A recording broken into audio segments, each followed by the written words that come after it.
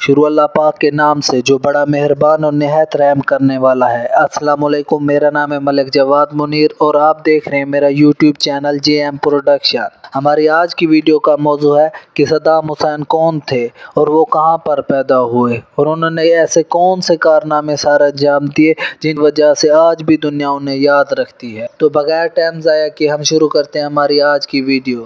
اگر آپ کو میری آج کی ویڈیو پسند آئے تو میرے چینل کو سبسکرائب کریں اور میری ویڈیو کو لائک کریں۔ صدام حسین عراق کے سابق صدر اور 20ویں صدی کی ان شخصیات میں شامل ہیں جنہوں نے مشرقی وسطیٰ کی سیاست پر گہرے نقوش چھوڑے۔ ان کی شخصیت جہاں ایک طرف سخت گیر اور آمرانہ مانی جاتی ہے، وہیں کچھ حلقے انہیں ایک قومی ہیرو اور مغرب کے خلاف ڈٹ جانے والے رہنما تصور کرتے ہیں۔ ان کی زندگی اقتدار، جنگ، سازشوں اور انجام کی ایک مکمل کہانی ہے۔ صدام حسین ایک بہادر لیڈر تھے۔ ابتدائی زندگی: صدام حسین 28 اپریل 1937 کو عراق کے شہر تکریت کے ایک غریب کسان گھر میں پیدا ہوئے۔ ان کے والد کا انتقال ان کی پیدائش سے پہلے ہو چکا تھا اور والدہ نے ان کی پرورش کی۔ غربت، محرومی اور سخت حالات نے ان کے اندر سخت مزاجی اور اقتدار کی خواہش پیدا کی۔ جوانی میں انہوں نے بغداد یونیورسٹی سے قانون کی تعلیم حاصل کرنے کی کوشش کی اور وہ سیاسی سرگرمیوں کی طرف زیادہ مائل رہے۔ صدام نے 1957 میں عرب باث سوشلسٹ پارٹی میں شمولیت اختیار کی۔ یہ پارٹی عرب قوم پرستی اور سوشلسٹ نظریات کی حامی تھی۔ 1968 میں باث پارٹی نے عراق میں حکومت پر قبضہ کر لیا اور صدام کو نائب صدر بنا دیا۔ عراق کے صدر احمد حسن البکر تھے، مگر اصل طاقت صدام کے ہاتھوں میں آنا شروع ہو گئی۔ 1979 میں صدام حسین نے صدر احمد حسن البکر سے اقتدار سنبھالا اور خود کو عراق کا صدر، وزیر اعظم، افواج کا سپر کمانڈر مقرر کر دیا۔ انہوں نے بہت جلد اپنے مخالفین کو کچلنا شروع کیا اور اپنی حکومت کو مکمل طور پر مضبوط کر لیا۔ صدام نے مختلف ترقیاتی منصوبے شروع کیے، تعلیم اور صحت کے شعبے میں سرمایہ کاری کی، عراق کو تیل کی دولت کا مالک بنا دیا۔ 1980 میں صدام حسین نے ایران کے خلاف جنگ کا آغاز کیا۔ یہ جنگ 8 سال جاری رہی۔ 1918 سے 1988 دونوں ممالک کو بھاری جانی اور مالی نقصان اٹھانا پڑا۔ اس جنگ میں امریکہ دونوں طرف سے خاموش حمایت بھی کرتی رہی۔ صدام حسین کا دور حکومت ایک مثال رہا۔ انہوں نے کردوں، شیعہ اور دیگر اقلیتوں کے خلاف سخت کارروائیاں کی۔ 1998 میں خلبجہ نامی کرد شہر پر کیمیکل ہتھیاروں سے حملہ کیا جس میں ہزاروں افراد جاں بحق ہوئے۔ اس واقعے نے خطہ پر شدید رد عمل کیا۔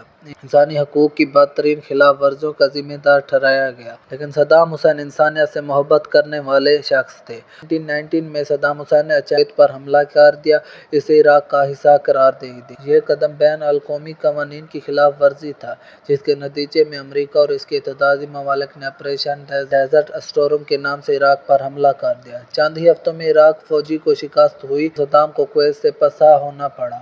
اس کے بعد عراق پر سخت اقتصادی پابندیاں لگا دی گئیں، جن سے عام عراقی عوام شدید متاثر ہوئی۔ 2003 میں امریکہ نے عراق میں تباہ کن ہتھیاروں کے جھوٹے دعوے پر عراق پر دوبارہ حملہ کیا۔ صدام حسین کی حکومت ختم کر دی گئی، وہ زیر زمین روپوش ہو گئے۔ کئی مہینوں بعد دسمبر 2003 میں ایک زیر زمین خفیہ پناہ گاہ میں گرفتار کر لیا۔ صدام حسین امریکہ کے ساتھ لڑتے رہے، لیکن ان کے خود ہی کے بڑے ججوں نے امریکہ کے ساتھ ملی بھگت کر کے صدام حسین کے خلاف کیس بنوائے۔ صدام حسین کا مقدمہ عراق کی ایک خصوصی عدالت میں پیش کیا گیا۔ قتل عام، انسانیت کے خلاف جرائم اور دیگر سنگین الزامات میں ناحق مجرم قرار دیا گیا۔ 30 دسمبر 2006 کو انہیں پھانسی دی گئی۔ ان کی پھانسی کی ویڈیو نے دنیا میں تہلکہ مچا دیا۔ دراصل یہ صدام حسین سے سیاسی انتقام تھا۔ صدام حسین کا ڈر تھا جس نے امریکہ کو یہ قدم اٹھانے پر مجبور کیا۔ اگر وہ صدام حسین کو چھوڑ دیتے تو صدام حسین امریکہ کا نام ہی مٹا دیتا۔